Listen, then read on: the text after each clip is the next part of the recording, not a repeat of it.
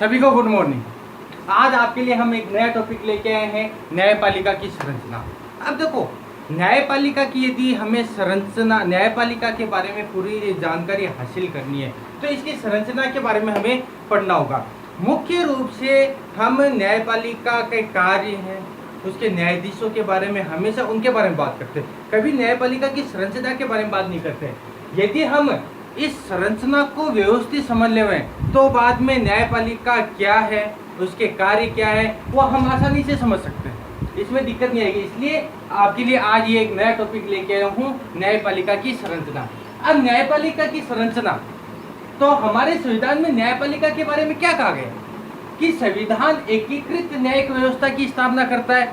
अब ये एकीकृत है, एकीकृत का अर्थ क्या है कि एक ही न्याय होगा। एक ही न्याय का अर्थ देखो, सामान्य अर्थों में मैं आपको बताऊं कि बहुत से ऐसे देश है जहां पर एक केंद्र का अपना न्याय चलता है और राज्यों का अपना चलता है। दोनों न्यायालय हैं वो एक दूसरे से बंधे हुए नहीं है, अपने स्तर पर न्याय देते हैं। लेकिन भारत में ऐसा नहीं है। भारत में यदि सुप्रीम कोर्ट ने जो बात कह दी वो सर्वे सर्वा, अन्य न्यायालयों को भी वो बात माननी ही पड़ेगी। हमारे यहाँ पे सुप्रीम कोर्ट सर्वे सर्वा। अपने यहाँ पे जो न्यायिक संरचना है वो मुख्य रूप से पिरामिड नुमा है। किस प्रकार के? पिरामिड नुमा। पिरामिड नुमा में ऊपर ही है तो सबसे पहले आता है सुप्रीम कोर्ट, उसके बाद में हाई कोर्ट आते हैं हर राज्यों के, और उसके बाद में आता है डिस्ट्रिक्ट कोर्ट। कि सबसे ऊपर एकमात्र जो न्यायालय है वो है हमारा सुप्रीम कोर्ट। उसके बाद में सभी राज्यों में या अलग अलग राज्यों में, इधर को यहाँ पे संविधान में कुछ बात स्पष्ट कही गई है कि हर राज्य का अपना एक न्यायालय होगा, किंतु दो या दो से अधिक राज्य चाहते हैं कि हमारा एक ही न्यायालय हो तो वो भी हो सकता है। और डिस्ट्रिक्ट कोर्ट हर डिस्ट्रिक्ट में होती है। जैसे अब हाई कोर्ट के बारे में बात बताऊं तो हमारे यहाँ पे चंडीगढ़ हाई कोर्ट है, पंजाब का भी वो है और हरियाणा का भी एक ही है। तो चंडीगढ़ हाई कोर्ट है, दो राज्यों का एक हाई कोर्ट है, हो सकता है। ठीक है, अब बात करते हैं, इसी में लिख देता हूं कि हमारे यहाँ पर जो भारत में न्यायपालिका की संरचना है वो पिरामिड नुमा है। भारत में न्यायपालिका की संरचना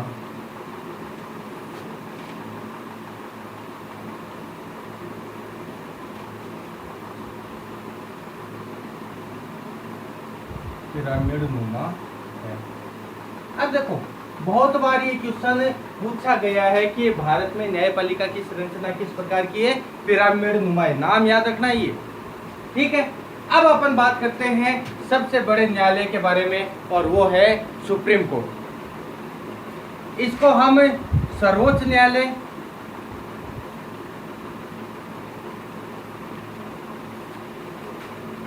सुप्रीम कोर्ट,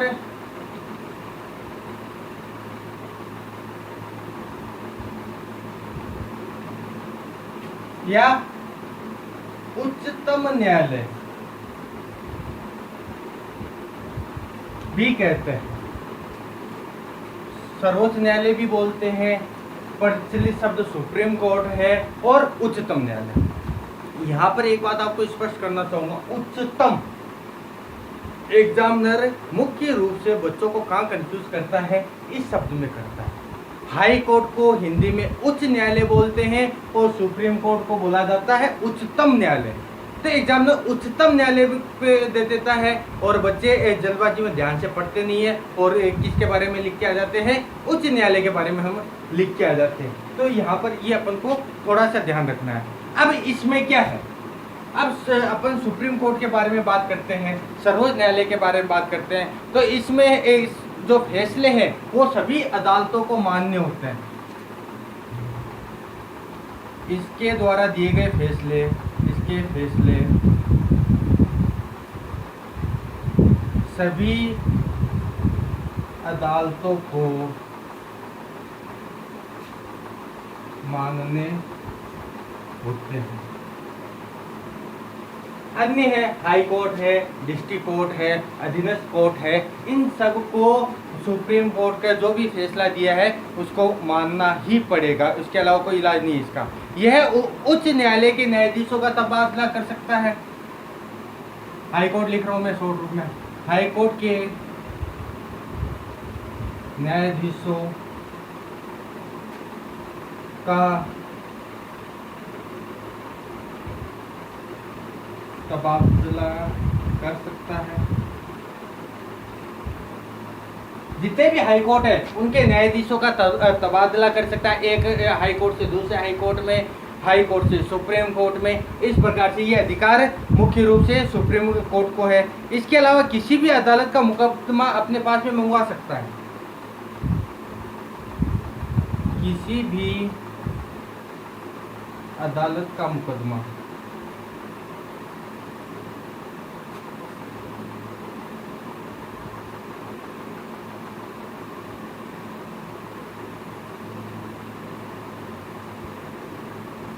अपने पास में मंगवा सकता है। किसी भी हाई कोर्ट में हो या कोई अधीनस्थ कोर्ट में हो, सुप्रीम कोर्ट को ये लगता है कि यह मुकदमा मेरे पास में होना चाहिए, तो सुप्रीम कोर्ट है उस मुकदमे को अपने पास में मंगवा सकता है।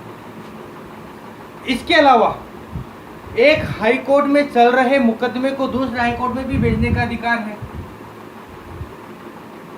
एक हाई कोर्ट में चल रहे मुकदमे को दूसरे हाई कोर्ट में भेजने का अधिकार। ये क्या मामला है कि क्या होता है कि कई बार ये होता है कि कोई मुकदमा है पंजाब हाई कोर्ट में चल रहा है, तो अपील की जाती है कि पंजाब हाई कोर्ट की बजाय इसको राजस्थान हाई कोर्ट में आप ट्रांसफ़र कर दो, तो ये अधिकार सुप्रीम कोर्ट के पास में है। सुप्रीम कोर्ट एक हाई कोर्ट के जो मुकदमा है उसको दूसरे हाई कोर्ट में भेज सकता है। बस सुप्रीम कोर्ट की अपन बात करें तो मुख्य रूप से ये प्रमुख शक्तियाँ, इसके अलावा और भी बहुत सारी हैं, लेकिन वो हम जब न्यायालयों के बारे में विस्तार से पढ़ेंगे उसके लिए वो उसमें पढ़ेंगे। इसमें अभी तक इतना ही। अब बात करते हैं अपन हाई कोर्ट के बारे में।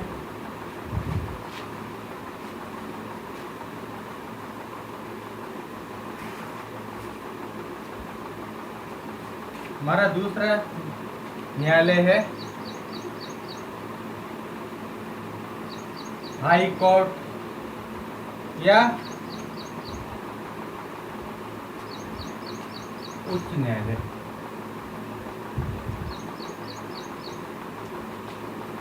हाई कोर्ट कहेंगे या उच्च न्यायालय। अब देखो इसमें क्या है कि हमारे संविधान में स्पष्ट कर रखा है हर राज्य का अपना एक हाई कोर्ट होगा या उच्च न्यायालय होगा, लेकिन इसमें ये भी स्पष्ट है कि दो राज्य मिलकर के एक हाई कोर्ट को बना सकते हैं, मतलब दो राज्यों का एक हाई कोर्ट होगा। अब इसके पास में क्या क्या अधिकार है, इसमें देखो मुख्य रूप से जो निचली अदालतों की जो फैसले पर की गई जो अपील है उसकी सुनवाई कर सकता है ये।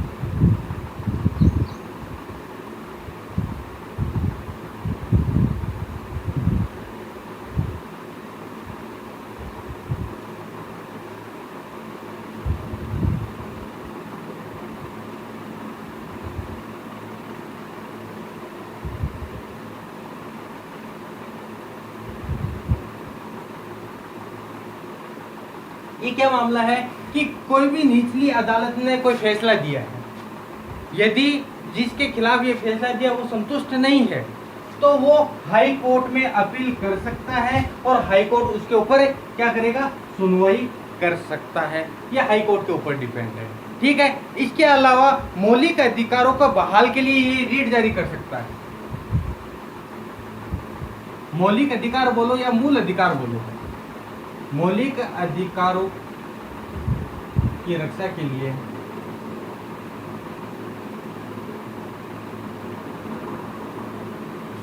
यह रीट जारी कर सकता है। अब ये रीट जैसे मान लो कि सरकार है आपके मौलिक अधिकारों का हनन कर रही है, आपके कहीं पर भी मौलिक अधिकारों का हनन हुआ है तो हाई कोर्ट के पास में अधिकार है कि वो रीट जारी कर सकता है। अब ये रीट मुख्य रूप से 5 प्रकार की होती है और क्या क्या होता है ये अपना अगले वीडियो में अपन इसके बारे में बात करेंगे। नेक्स्ट जो वीडियो आएगा वो रीट के ऊपर ही आएगा। ये अधिकार मुख्य रूप से हाई कोर्ट और सुप्रीम कोर्ट दोनों को है, रीट जारी करने का अधिकार। ठीक है, तो हाई कोर्ट और सुप्रीम कोर्ट क्या क्या रीट जारी करता है, जैसे 5 प्रकार की होती है, तो इसके बारे में अपन नेक्स्ट वीडियो में बात करेंगे। इसके अलावा ये राज्य के क्षेत्राधिकार में आने वाले सभी मुकदमों पर विचार कर सकता है।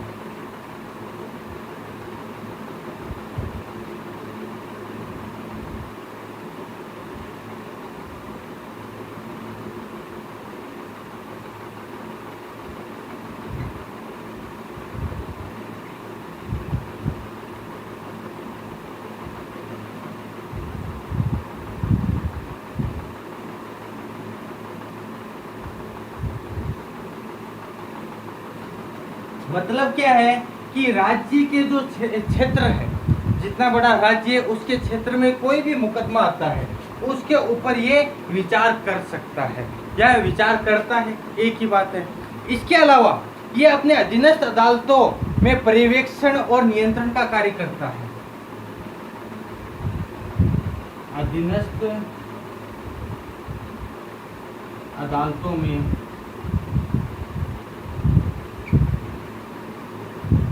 पर्यवेक्षण व नियंत्रण का कार्य करता है। मुख्य रूप से जो इसके अधीनस्थ जो अदालतें हैं, डिस्ट्रिक्ट कोर्ट हो गया, तो इनमें पर्यवेक्षण की कार्य सही चल रहा है या नहीं चल रहा है, ये न्याय सही कर रहे हैं नहीं कर रहे हैं, लोगों को समय पे न्याय मिल रहा है या नहीं मिल रहा है। उसके अलावा नियंत्रण भी रखता है कि न्यायाधीश हैं वो भ्रष्टाचार तो नहीं कर रहे हैं, सही फैसले तो दे रहे हैं, इस प्रकार से। ठीक है, ये मुख्य रूप से हाई कोर्ट या उच्च न्यायालय के कार्य हो गए। अब अपन तीसरा बात करेंगे जिला न्यायालय।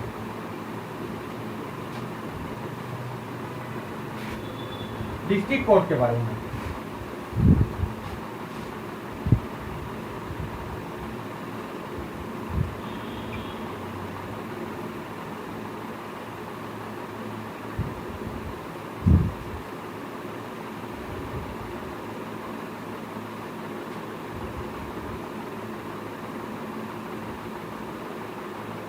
अब जिला न्यायालय में क्या आता है कि एक तो जिले के अंदर जो दायर जितने भी मुकदमे हैं उनकी सुनवाई करता है।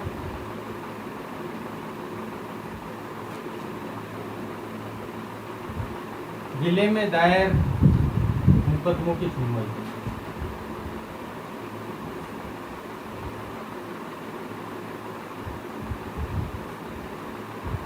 ठीक है, किसी भी जैसे अपन किसी भी एक डिस्ट्रिक्ट जयपुर के बारे में बात करते हैं, तो जयपुर के अंदर जितने भी मुकदमे होते हैं, दायर मुकदमे होते हैं, तो इसकी सुनवाई कौन करता है? जिला न्यायालय के अधीन आता है। इसके बाद में जिला न्यायालय से आप संतुष्ट नहीं होते तो हाई कोर्ट में जा सकते हो। हाई कोर्ट कोई फैसला देता हो उससे संतुष्ट नहीं होते हो तो आप सुप्रीम कोर्ट का दरवाजा खटखटा सकते हो। इसके अलावा निचली अदालतों के फैसले पर भी ये अपील की सुनवाई करता है। जिस प्रकार से हाई कोर्ट और सुप्रीम कोर्ट करते हैं उसी प्रकार से निचली अदालतों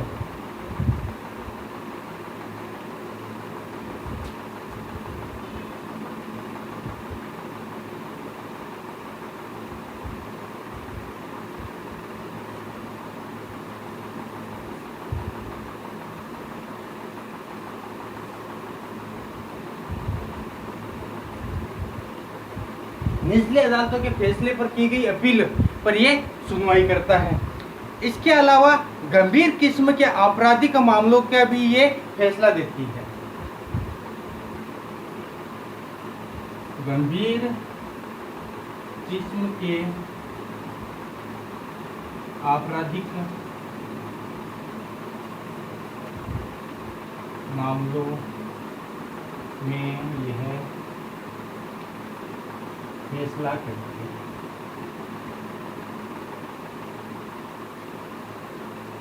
ये मुख्य रूप से हमारे जिला न्यायालय हो गए हैं। इसके बाद में आता है अधीनस्थ न्यायालय। यह हमारा अंतिम है और वो है अधीनस्थ न्यायालय।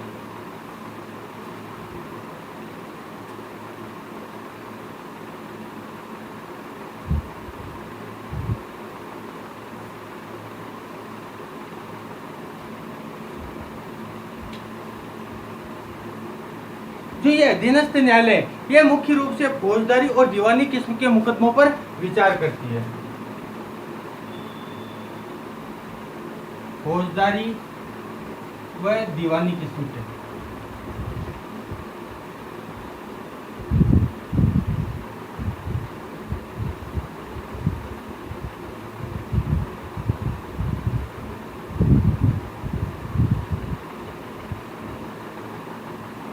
फौजदारी व दीवानी किस्म के मुकदमों पर विचार किया जाता है। अब बात है, हमारे सामने दो नए शब्द आ गए, फौजदारी और दीवानी, कि फौजदारी क्या है और दीवानी क्या है। फौजदारी के अंतर्गत क्या आता है कि मारपीट, लूट डकैत का जो जितना भी मामला आता है, मर्डर का मामला आता है, हत्या का, वो फौजदारी में आता है। दीवानी के अंतर्गत संपत्ति का मामला आता है। किसका मामला आता है? संपत्ति का मामला दीवानी के अंतर्गत आता है। तो आज का ये वीडियो यहीं पे समाप्त होता है। हमारा टॉपिक न्यायपालिका की संरचना पूरी हो चुकी है। मेरे हिसाब से समझ में आ गया होगा आपको। यदि ये वीडियो आपको अच्छा लगा है, पढ़ाने का तरीका आपको अच्छा लगा है, तो इस वीडियो को लाइक करें, शेयर करें और इस चैनल को सब्सक्राइब करें। धन्यवाद। जय हिंद।